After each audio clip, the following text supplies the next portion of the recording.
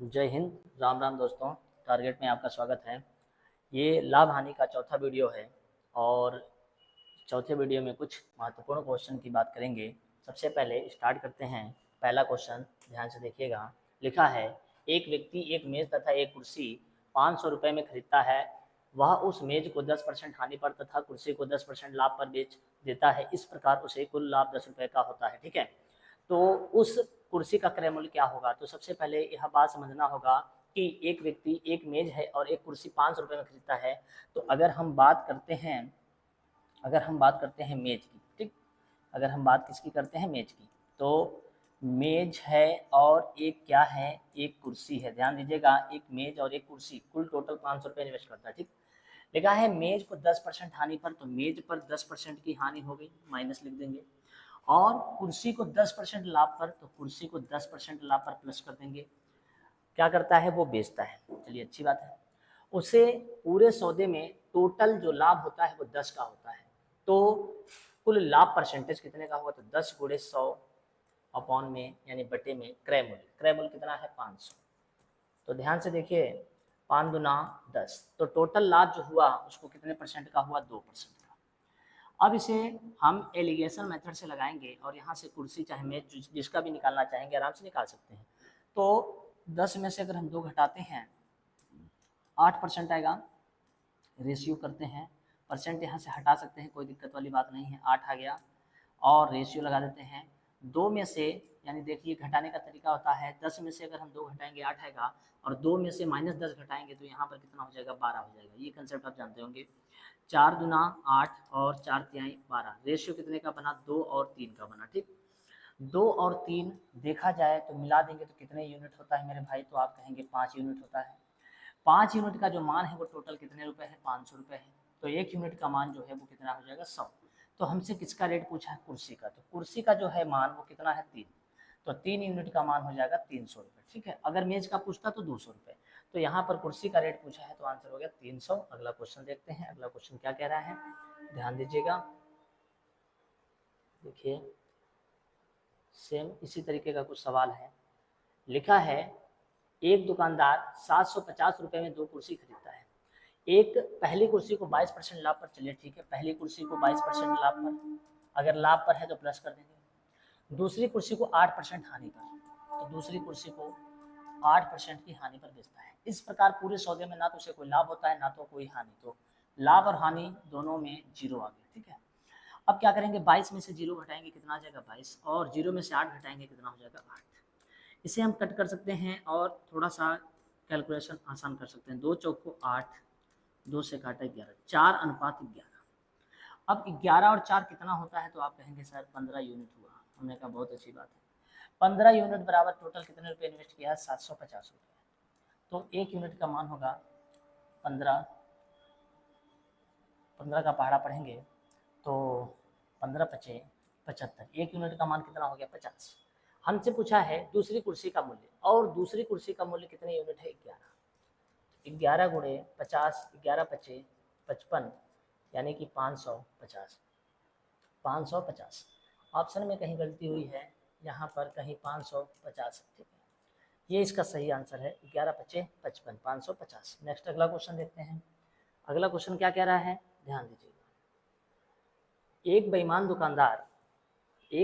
दुकानदार या व्यापारी अपनी वस्तु क्रय मूल्य पर बेचने का दावा करता है, परंतु 1 किलोग्राम की जगह पर 850 ग्राम का नकली बाट प्रयोग करता है। उसका लाभ परसेंटेज बताइए। ठीक, तो अगर कोई बेईमान दुकानदार होगा और वो कहेगा कि जितने में मैं खरीद के लाया हूँ उतने में मैं दे दूंगा, तो इसका मतलब ये है कि 1 किलोग्राम मतलब 1000 ग्राम की जगह पर वो कितना तौलेगा? 850 ग्राम।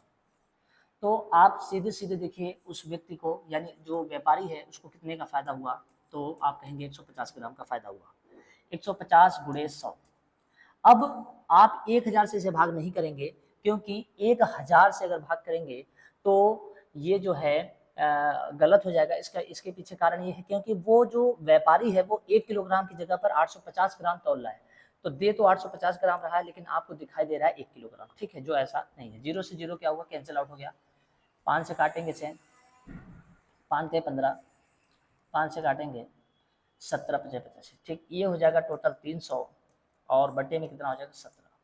17 का पहाड़ा पढ़ेंगे और आ जाए 300, ठीक है, 17 एक कम 17 और यहाँ पर कितना बचा, तो 13 बचा और 30 हुआ, 130 हो गया।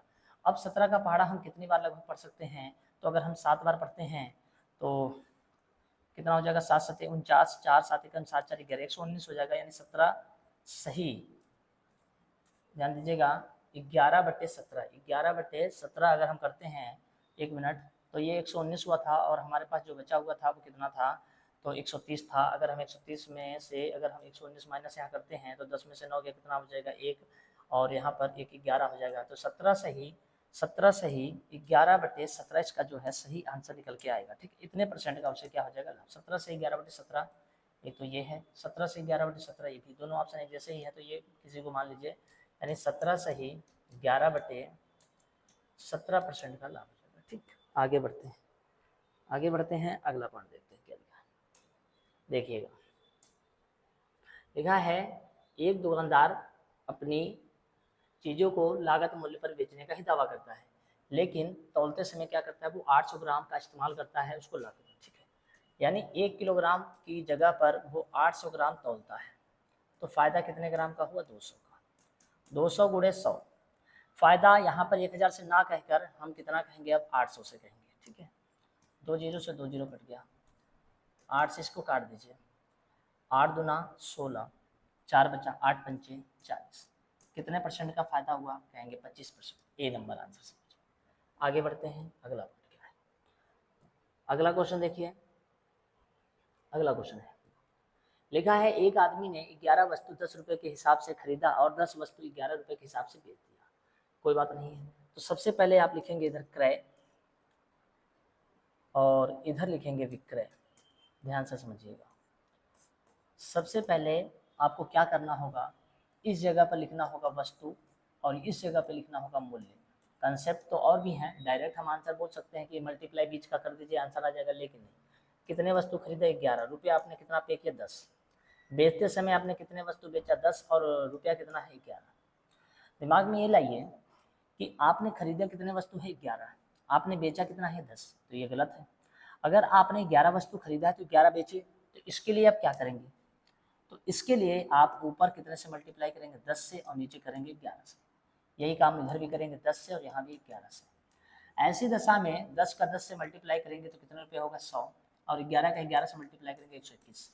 यानी कि 100 रुपये की कोई वस्तु है, 100 रुपये की कोई वस्तु खरीद के लाए हैं और उसको आपने कितने में बेचा, 121 में। फायदा कितने का हुआ, 21 का।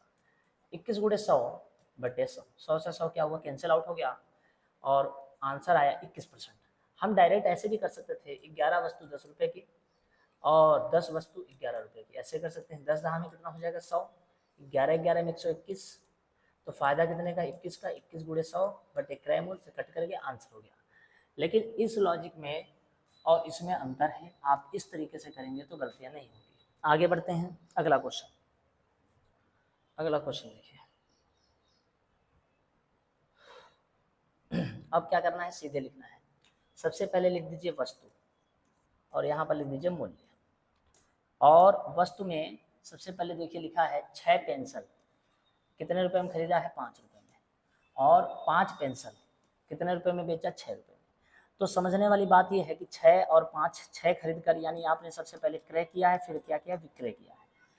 इसको बराबर, वस्तु को बराबर करते हैं, ऐसे याद रखना, वस्तु को क्या करते हैं, हमेशा बराबर करते हैं। तो इसमें कितने से गुणा करेंगे, 5 से, और इसमें कितने से करेंगे, 6 से। यही काम यहाँ भी करेंगे, 5 से, और यहाँ भी करेंगे, यहाँ 6 से। तो 5 पच्चीस कितना हो जाएगा, 25 रुपये में खरीदा, 6 छः 36 कितने में बेचा, 36 में। कितने का फायदा हुआ, 11 का फायदा हुआ। 11 का फायदा हुआ तो 11 गुणे 100 बटे क्रय मूल्य। क्रय मूल्य कितना है, 25, 25 का मल्टीप्लाई 25 चौको 100, 11 चौको कितना हो जाएगा, 44% का फायदा, यानी कि बी नंबर आंसर सही है। बी नंबर आंसर सही है। आगे बढ़ते हैं, अगला प्रश्न देखिए क्या लिखा हुआ है।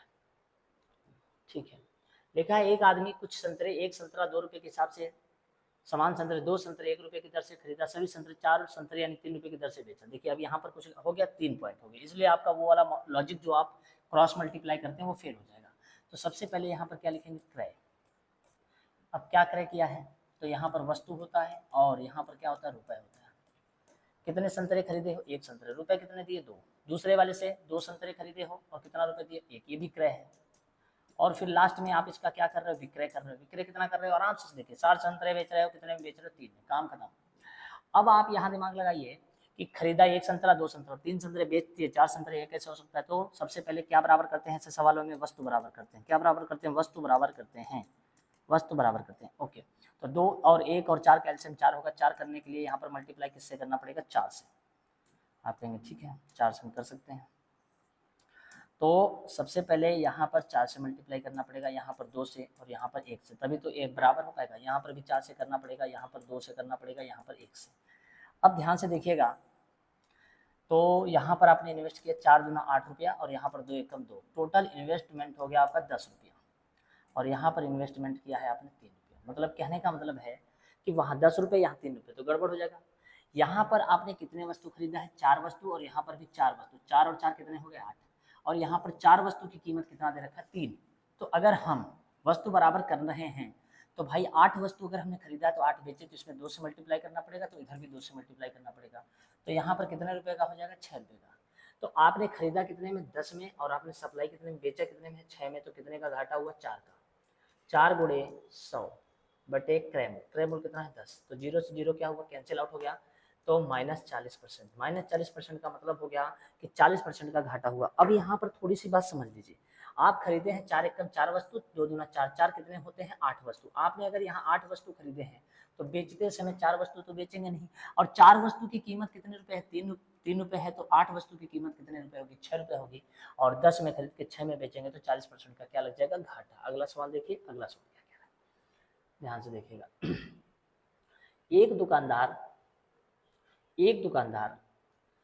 खरीदते समय 10% की बेईमानी तथा बेचते समय 10% की बेईमानी करता है तो लाभ परसेंट। सीधी सी बात है, ऐसे सवालों के लिए सबसे अच्छा उपाय है x + y + xy बटे 100। खरीदते समय 10% की बेईमानी, बेचते समय 10% की बेईमानी, तो 10 गुणे 10 बटा क्या हो जाएगा 100। 0 से 0 उड़ा दीजिए, 10 10 कितना होता है 20, और प्लस 1 एकम 1, आंसर हो जाएगा 21% का फायदा होगा दुकानदार को। ये बी नंबर आंसर एकदम सही है। अगला क्वेश्चन, चलिए अगला क्वेश्चन देखिए क्या लिखा है। अगला क्वेश्चन लिखा है, एक आदमी एक मेज को 12% हानि व एक किताब को 14% लाभ पर बेचता है और 160 रुपए का लाभ कमाता है। अगर वह मेज को 12% लाभ पर और किताब को 16% हानि पर बेचे तो 40 रुपए की हानि होगी। 40 रुपए की क्या हो जाएगी, हानि होगी। कोई बात नहीं, तो हमसे पूछ क्या रहा है, किताब का मूल्य पूछ रहा है, ठीक है। तो देखिए एक मेज, अब हमने मेज को यहाँ लिख दिया, एक मेज को 12% हानि पर, तो ये 12% हानि माइनस कर देंगे, ठीक। परसेंट लगा, परसेंट लगा देंगे, प्लस किताब को 14% लाभ, किताब को 14% लाभ पर बेचता है तो 160 रुपये का लाभ होता है, तो 160 रुपये ले लेंगे। दूसरा है पॉइंट, अगर मेज को 12% लाभ, मेज को 12% लाभ, ओके, और किताब को प्लस किताब को 16% हानि, माइनस कर देना पड़ेगा। यहाँ पर हानि है ना, तो यहाँ पर क्या करना होगा, माइनस। किताब को 16% हानि, बेचता है तो उसे 40 रुपये की घाट, 40 रुपये का हानि हुआ, यानी माइनस हो गया, ठीक। अब ऐसी दशा में हमें क्या करना होगा, देखिए एक समीकरण सा बन गया, ठीक है। तो किताब का मूल्य पूछ रहा है, अगर हम यहाँ पर कैलकुलेशन करते समय ये कट कर दें, ओके ठीक है, तो यहाँ 12 से 12 कैंसिल आउट हो गया। अब यहाँ पर एक चीज़ की गलती है, अगर हम उसको सही कर देते हैं तो ये ठीक हो जाएगा। यहाँ पर 14% है और ये 16% में थोड़ी सी गलती है, इसको अगर सुधार दिया जाए तो देखिए यहाँ पर जो लिखा है कि 14% लाभ, तो ये 14 नहीं है, ये 19 है। ये कितना है, 19 है मेरे भाई, तो यहाँ 14 की जगह 19 कर दीजिए, ठीक है। अब देखिए इसमें क्या समस्या होती है, वैसे माइनस में चला जाता है, तो थोड़ा सा इसमें गलती थी, उसको हमने सही कर दिया। 19 में से अगर हम 16 घटाते हैं तो किताब का जो हो गया 3% हो गया, ठीक है, बराबर यहाँ पर माइनस है, हानि है ना, तो 160 में 40 गया 120 हुआ, ठीक। तो 3 एकम 3, 3 चौको 12, तो ध्यान से देखिए किताब बराबर 40, और जब 100 जब इधर जाएगा तो 2 जीरो बढ़ जाएगा, तो किताब का जो मूल्य है वो कितना आ जाएगा, 4000। ऑप्शन बी नंबर सही है, ठीक। आगे बढ़ते हैं, अगला क्वेश्चन क्या है, देखिए एक आदमी, बढ़िया सवाल है, एक आदमी 1600 रुपये में 2 साइकिल खरीदता है, यानी C1 + C2 1600 रुपया, यानी कि पहली साइकिल और दूसरी साइकिल मिलाकर 1600 रुपये है। पहली को 10% तथा दूसरी को 20% लाभ पर बेचे। अगर वह पहली को 20 तथा दूसरी को 10% लाभ पर बेचे तो उसे 5 रुपये ज़्यादा मिलेगा। ओके, तो जो पहली साइकिल है उसको 10% और दूसरी साइकिल जो है C2 को 20% लाभ पर बेचे तो उसे प्रॉफिट P होता है। लेकिन अगर वह ऐसा ना करके पहली साइकिल को 20% और दूसरी साइकिल को 10% लाभ पे बेचे तो उसे पहले से 5 रुपये क्या मिलते हैं ज़्यादा, P+5। ऐसे में क्या करना होता है, इधर माइनस इधर माइनस इधर माइनस। जैसे ही माइनस करेंगे तो 20 में से 10 गया, C1 गुणे 10% आएगा, माइनस का आएगा, लेकिन C2 बराबर प्लस का आएगा यहाँ पर 10%, C2 बराबर 10% और P से P कैंसिल आउट हो गया, यहाँ पर -5 आ जाएगा। ठीक है, फिर आप क्या करेंगे, इस माइनस को अंदर भाग कर देंगे तो यहाँ पर हो जाएगा C1। और देखिए सब में 10% कॉमन है, तो आप ऐसा कर सकते हैं, आपको बहुत सिंपल एक ही जगह पे कैलकुलेशन सिखा देते हैं यहाँ पर कि माइनस को आप कॉमन लेकर कर सकते हैं या माइनस अंदर मल्टीप्लाई कर सकते हैं। जैसे अंदर ले जाएंगे तो यहाँ पर हो जाएगा C1, यहाँ पर माइनस हो जाएगा, यहाँ हो जाएगा C2 और यहाँ पर +5 हो जाएगा, +5 हो जाएगा। और इन सब में यहाँ पर 10% कॉमन है तो 10% का मतलब होता है 10/100। ये 10 इधर जाएगा तो यहाँ C1 माइनस C2 बराबर हो जाएगा 50 रुपये। अब देखिए C1 प्लस C2 पहले से दे रखा है 1600 और C1 माइनस C2 बराबर दे रखा है 50, तो इसे कैलकुलेट करेंगे तो ये कट जाएगा। जैसे ये कटेगा तो यहाँ पर 2C1 बराबर यहाँ बचेगा 1650, 2 से कट कर दीजिए, 2 8 16, 2 दूना 4 25, यानी कि पहली जो साइकिल है वो कितने की है, 825 की। जो दूसरी साइकिल होगी वो कितने की होगी, 775 की। 1600 में घटा लीजिए, 8 7 15 1600 हो गया, तो दोनों साइकिलों का क्रय मूल्य आ गया 825 और 775। ओके, आगे बढ़ते हैं। अगला प्रश्न कुछ इसी तरीके का है, ध्यान से देखिएगा। क्या लिखा है, एक आदमी कुछ वस्तु 5400 रुपये में खरीदता है और उसमें से 2/3 भाग को 5% लाभ पर बेच देता है। बची हुई वस्तु को कितने % लाभ पर बेचे कि 13% का लाभ हो। ठीक है, यानी कि टोटल अगर ये 5400, इससे कोई मतलब नहीं, पहले ये देखिए 2/3 भाग, तो इसका मतलब है कि 2 भाग वह 5% लाभ पर बेचता है, तो टोटल बना कितना 10%। और बचा टोटल 3 था, 3 में बचा कितना 1 को कितने % लाभ पर बेचे। देखिए लिखा है ऐसा, बची हुई वस्तु को कितने % लाभ पर बेचे जो हमें मालूम नहीं है, ताकि उसे सभी वस्तु पर कुल 13% का लाभ, और सभी वस्तु 2 और 1 मिलाकर कितना होता है 3, 3 गुणे और 13% लाभ हो तो 13 तो यहाँ कितना होता है मेरे भाई 39। अब आप दिमाग लगाइए, हमारे पास 10% लाभ हो चुका है और हमें टोटल 39 चाहिए, तो कितने की कमी है, 29 की कमी है। अगर 29 चाहिए तो जाहिर सी बात है इस जगह पर 29% होना चाहिए। कितना होना चाहिए, क्योंकि 29 से कम 29 तभी आएगा। तो यहाँ पर हमसे पूछ रहा है कि शेष वस्तु को कितने % लाभ पर बेचे, तो यहाँ पर सीधा आंसर हो जाएगा 29, और ये ऑप्शन थोड़ा सा गलत है, यहाँ पर 29 है सी नंबर आंसर, इसको सही हमने कर दिया, 29% सही हो जाएगा। ठीक है, अगले प्रश्न की ओर बढ़ते हैं। इसमें कहीं भी किसी तरीके से दिक्कत नहीं हो सकती, हाँ आप इसको यूनिट मेथड से लगाएंगे। ठीक, आगे बढ़ते हैं। अगला क्वेश्चन क्या है, लिखा है एक आदमी ने, ध्यान से देखिएगा, कुछ वस्तुएं 1,89,000 रुपये में खरीदे, उनमें से 3/8 भाग 12% लाभ पर बेच दिया और बची हुई वस्तु को कितने % हानि पर बेचें ताकि उसे कुल 4% का लाभ हो। सेम वही सवाल है, टोटल 3/8 है, तो 3/8 में जो 3 भाग है उसको कितने % पर बेचा है, 12। ओके, तो 12 3 कितना हो गया, 36 प्लस का हो गया। ठीक, बची हुई वस्तु, टोटल 8 में 3 चला गया, बची हुई वस्तु कितनी है 5, को कितने % हानि पर बेचे, कितने % हानि पर बेचे ताकि पूरे सौदे में उसे 4% का लाभ हो।